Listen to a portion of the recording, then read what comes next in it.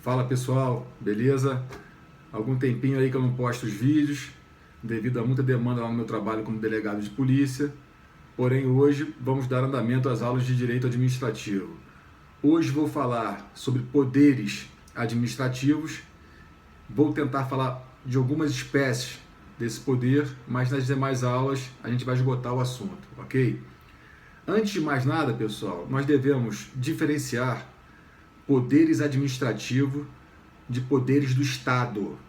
Poderes do Estado são estudados em direito constitucional. E quais são os poderes do Estado? Executivo, legislativo e judiciário. É aquela clássica tripartição de Montesquieu, ok? Isso é estudado em direito constitucional. Já poderes administrativos, esse sim é objeto da nossa matéria. Como é que nós podemos classificar, conceituar poderes administrativos? São prerrogativas que a administração possui para a consecução dos seus fins. Ou seja, são poderes-dever de que se vale a administração na busca do interesse público, para a consecução dos seus fins. Beleza, pessoal? Então, por exemplo, poder de polícia é um poder que a administração pública tem para limitar direitos e liberdades individuais em prol de um interesse público. Beleza? Mas, como eu disse no conceito, é um poder-dever da administração. Ela também se sujeita a esses mesmos poderes, à lei e à Constituição. Ok, pessoal? Beleza.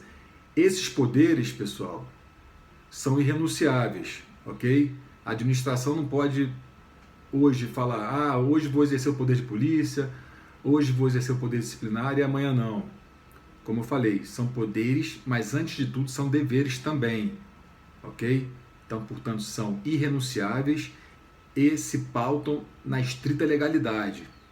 A administração tem que se valer da lei para o exercício desses poderes, ok, pessoal? Professor, mas se houver abuso desse poder? Aí tem um conceito também. O abuso de poder, ele se divide em duas espécies: o excesso de poder e o desvio de finalidade.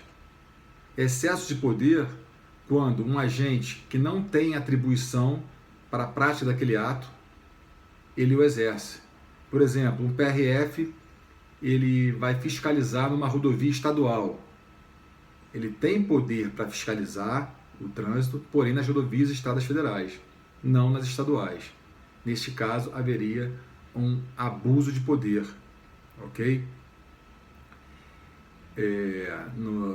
Um abuso de poder na espécie excesso de poder, ok? E na outra espécie de abuso de poder temos desvio de finalidade. Se dá quando um agente ele detém aquela atribuição, porém ele pratica o ato para a consecução de outros fins que não a finalidade pública. Por exemplo, um PRF ele autua um inimigo que passa na rodovia.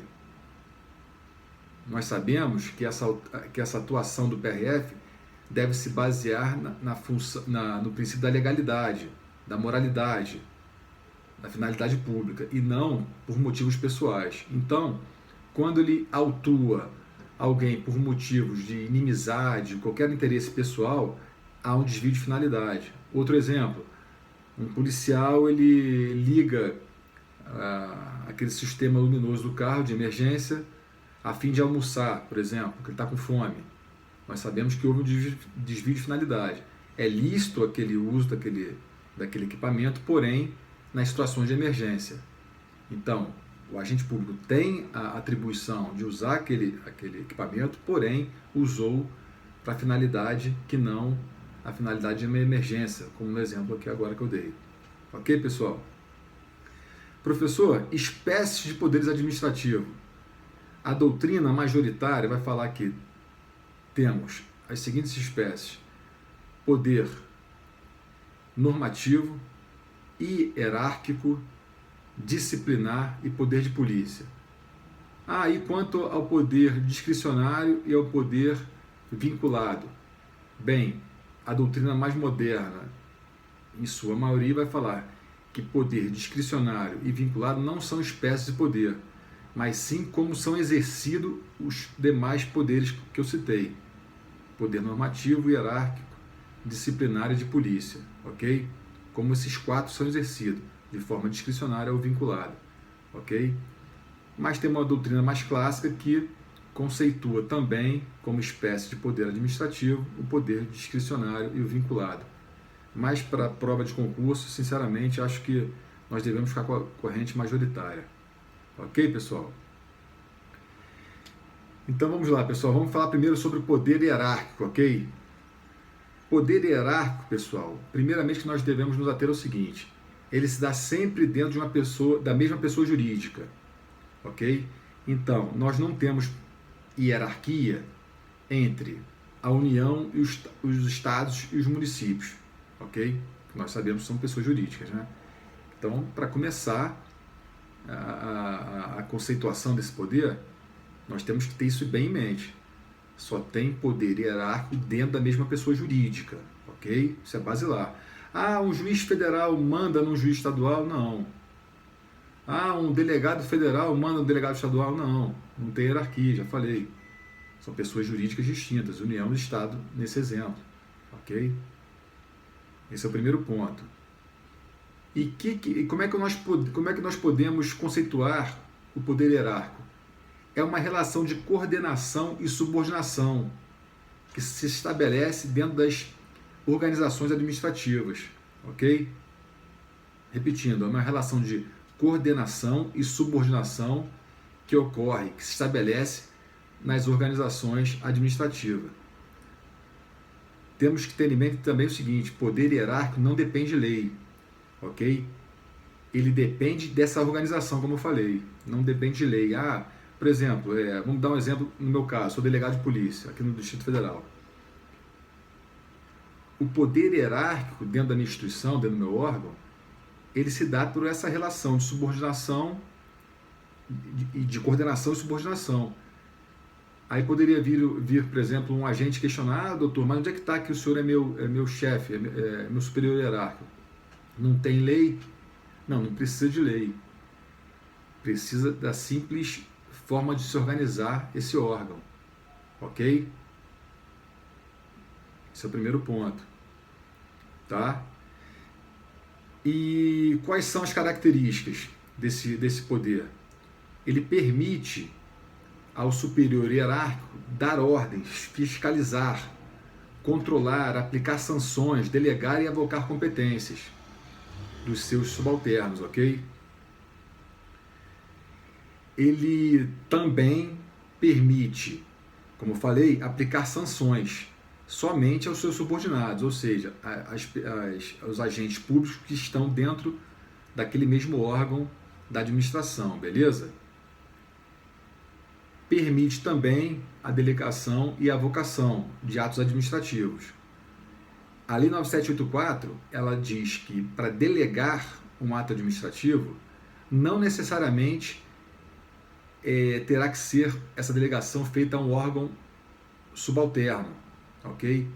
Porém, a avocação de um ato administrativo, sim, tem que haver uma relação de hierarquia, de superioridade e subordinação, ok, pessoal?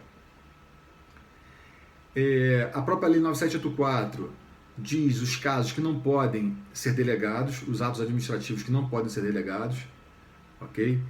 São os atos de caráter normativo, quando for para decidir recurso administrativo, ok?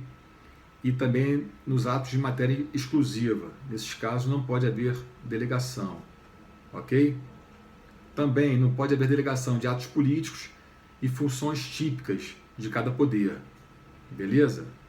Como eu falei logo no início da aula, não há hierarquia entre diferentes pessoas jurídicas. Não há hierarquia entre administração direta e indireta, há controle, não há hierarquia. Também não há hierarquia no exercício da função típica, por exemplo, nos tribunais, não há hierarquia entre desembargador e juiz. Na função típica não, entre os delegados, um delegado-chefe e um delegado subordinado a esse delegado-chefe, não há hierarquia na função típica. Qual seja a função típica? Na função de valoração do direito, ok? Um delegado-chefe não pode chegar para mim e falar, doutor Pedro, tipifica esse caso assim, arbitra a fiança assado, esse fato é atípico. Ele não pode falar isso para mim, eu tenho minha independência funcional, ok? Ele pode sim falar, as suas férias vai ser mestral, o seu horário de trabalho é esse, porque na relação administrativa há hierarquia, mas na função típica não, ok? Beleza. Então é isso, pessoal. Poder hierárquico, basicamente, é isso aí que eu falei, beleza? Não tem muito mistério, como eu falei. Nós devemos nos ater, que as provas sempre perguntam isso. A hierarquia entre administração direta e indireta, por exemplo, a União criou uma autarquia federal. Então, como há hierarquia, aí vem com a historinha lá, já está errado esse item, ok? Não há hierarquia entre administração direta e indireta. Há simplesmente controle finalístico, tá? Por que não há hierarquia nesse caso? Porque são pessoas jurídicas distintas. Nós sabemos que uma autarquia é uma pessoa jurídica de direito público, e a União também, são pessoas distintas, ok? Mesmo tendo sido criada pela União, são pessoas jurídicas distintas. Não há hierarquia entre a União e o Estado, entre Estado e município. Beleza, pessoal? Isso aí tem que ficar bem claro, porque não podemos errar esse tipo de questão. Tá? Então é isso, pessoal. Vamos começar hoje a falar sobre poder disciplinar, e nas demais aulas a gente vai dando andamento, beleza? Poder disciplinar, pessoal, é a prerrogativa para aplicar sanções àqueles que estão submetidos à disciplina interna da administração, ok? Então, quem está submetido à disciplina interna da administração são os servidores públicos, né? Vamos botar assim, os agentes públicos, que são o gênero, né?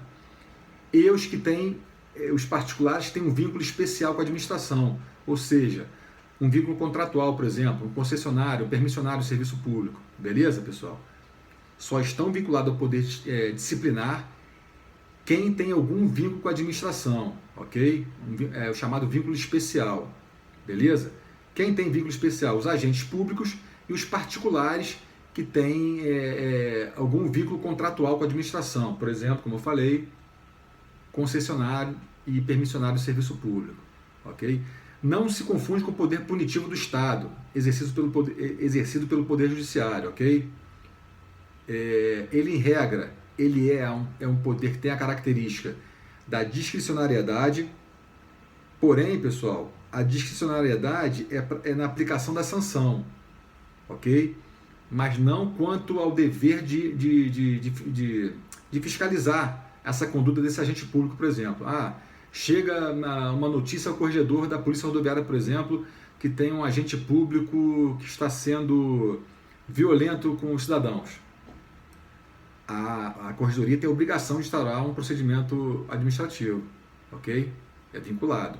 Porém, a aplicação da sanção que é discricionária. Porque, como nós sabemos, os tipos administrativos são abertos, diferente dos tipos penais que são fechados. Vou dar um exemplo. Conduta escandalosa em serviço. O que significa isso? Isso aí vai ser o corregedor que vai interpretar.